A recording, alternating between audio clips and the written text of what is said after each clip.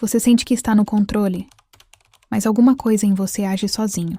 Te puxa, te sabota, te faz repetir os mesmos erros, como se algo mais antigo decidisse por você. Você até tenta mudar, mas no fundo, tem algo mais forte que te engole. E esse algo tem nome: inconsciente. Neste vídeo, você vai entender como o inconsciente age silenciosamente, criando padrões, bloqueios e repetições que moldam sua vida sem que você perceba. Vamos falar sobre o que você reprimiu, sobre o corpo como mensageiro da alma e sobre o que significa de verdade despertar para si mesmo. Seja bem-vindo ao invisível real, onde o que você sente, mas não nomeia, começa a ganhar forma. Carl Jung dizia: enquanto você não torna consciente o que está inconsciente, ele dirigirá sua vida, e você o chamará de destino. Mas o que isso quer dizer na prática? Quer dizer que talvez você não esteja vivendo a sua vida, mas apenas repetindo uma história que não escreveu.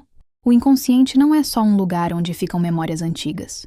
Ele é um campo vivo, um reservatório de tudo o que você não quis, não pôde ou não teve coragem de sentir. Cada dor ignorada, cada raiva reprimida, cada verdade silenciada, tudo isso foi para lá. E o problema é que o que você reprime não desaparece, se esconde e continua te governando. Você acha que é livre, mas reage automaticamente. Foge do amor, se sabota no trabalho, sente medo sem motivo, culpa sem explicação. Ou então vive paralisado, como se algo em você estivesse congelado no tempo. E está. O inconsciente fragmenta quem você é em partes que não se falam. Uma que agrada, uma que se retrai, uma que protege, outra que explode. E você vai vivendo em pedaços, sem saber como voltar a ser inteiro. Você não é só a dor que carrega, é também a potência que reprimiu. O self, para Jung, é a totalidade que te habita, mas que o ego, com medo, tenta controlar. É sua alma querendo se mostrar, mas que foi calada por medo de se perder.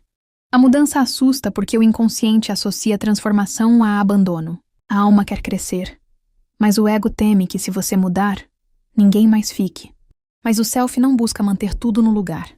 Ele quer te lembrar de quem você é quando não está tentando se encaixar. Ele não te protege com controle. Ele te guia com presença. E quanto mais você escuta, mais você se reencontra. O inconsciente cria atalhos emocionais. Te faz reagir antes de pensar. Decidir antes de sentir. Viver no reflexo, não na escolha. E aos poucos você para de responder à vida e começa só a repeti-la. O inconsciente também cria rigidez.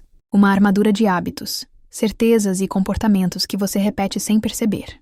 Você chama de minha personalidade, mas às vezes é só medo disfarçado de coerência. Você não gosta de mudanças? Ou aprendeu que mudar é perigoso? Às vezes a sua força é só medo de desabar, sua razão, um escudo contra tudo o que sente. E seu silêncio, uma tentativa de não perder ninguém. O inconsciente não precisa que você mude tudo de uma vez, mas quer que você reconheça. Tem partes suas gritando para serem vistas.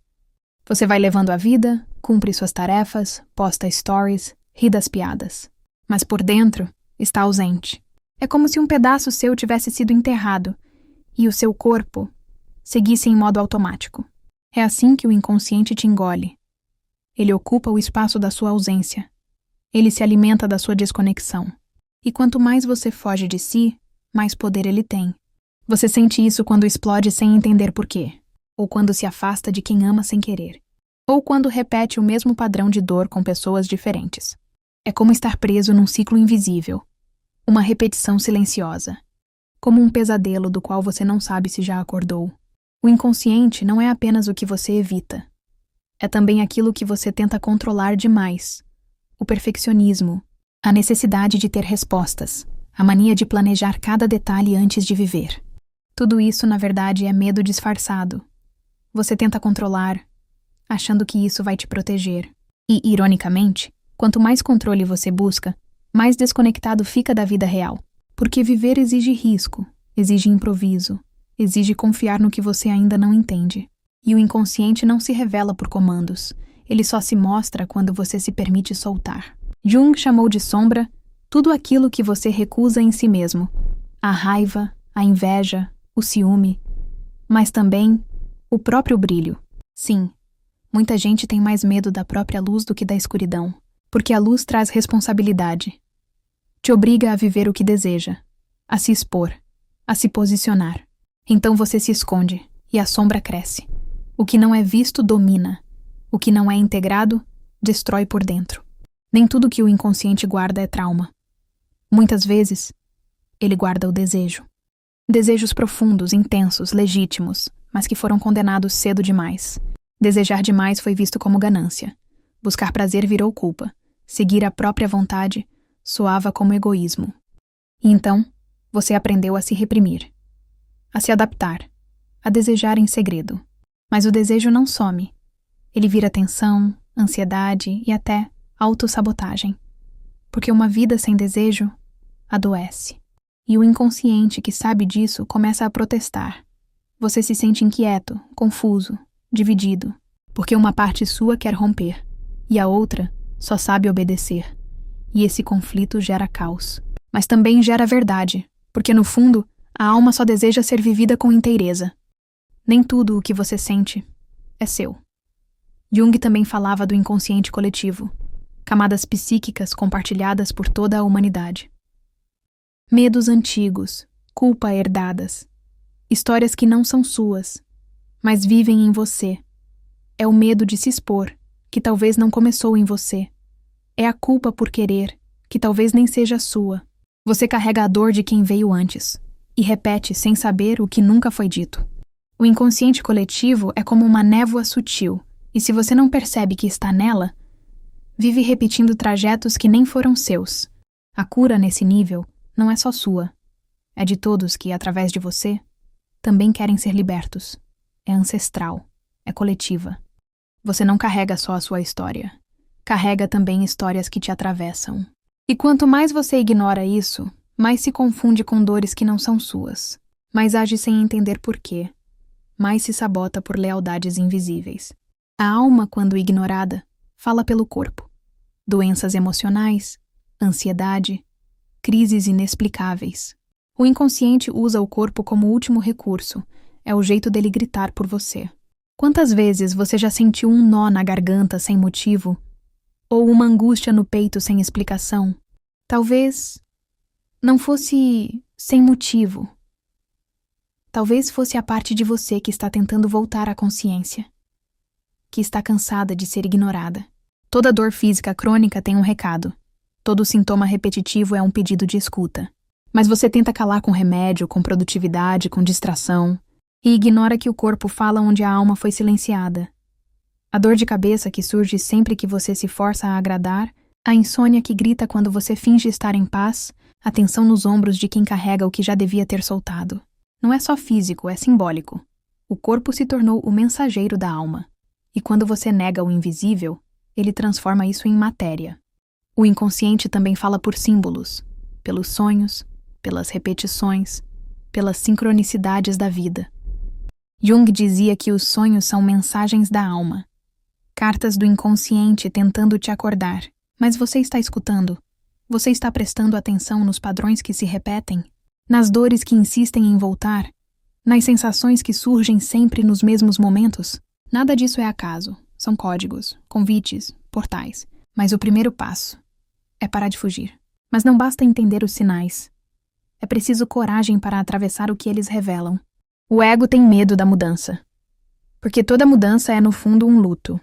Você precisa deixar quem era, para se tornar quem pode ser. E isso assusta. Por isso o ego prefere manter você no mesmo lugar, mesmo que esse lugar esteja te sufocando. O ego cria justificativas espirituais, constrói teorias, chama estagnação de aceitação e medo de paz. Mas a alma não quer paz morta, ela quer presença viva, quer movimento. O inconsciente pode ser sombrio, mas ele não é seu inimigo. Ele é a parte esquecida de você, pedindo reconexão. A cura não é matar a sombra, é iluminá-la. É olhar com coragem para o que você escondeu. Dar nome ao que estava calado. É integrar, não anular.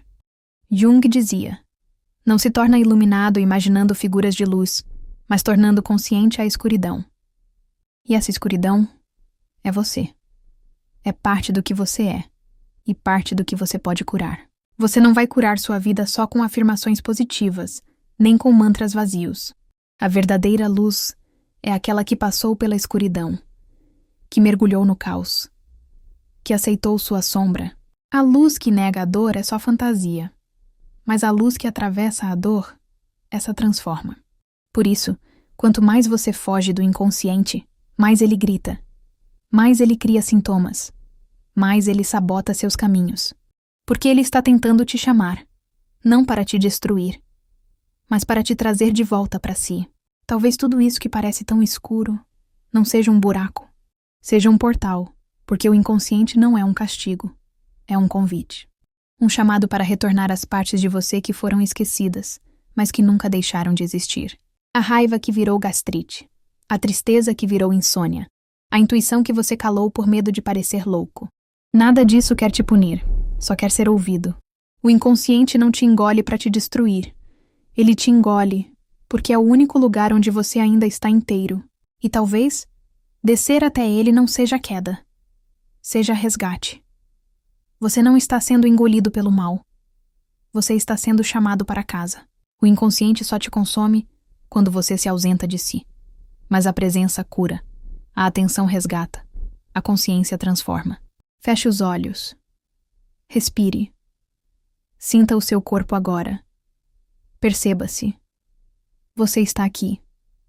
E estar aqui é o primeiro passo para sair do transe.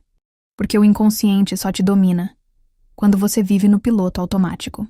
Mas agora você sabe. E quem sabe, já não dorme mais como antes. O inconsciente só te domina quando você se esquece de existir. Se lembrar de si é o primeiro passo para despertar.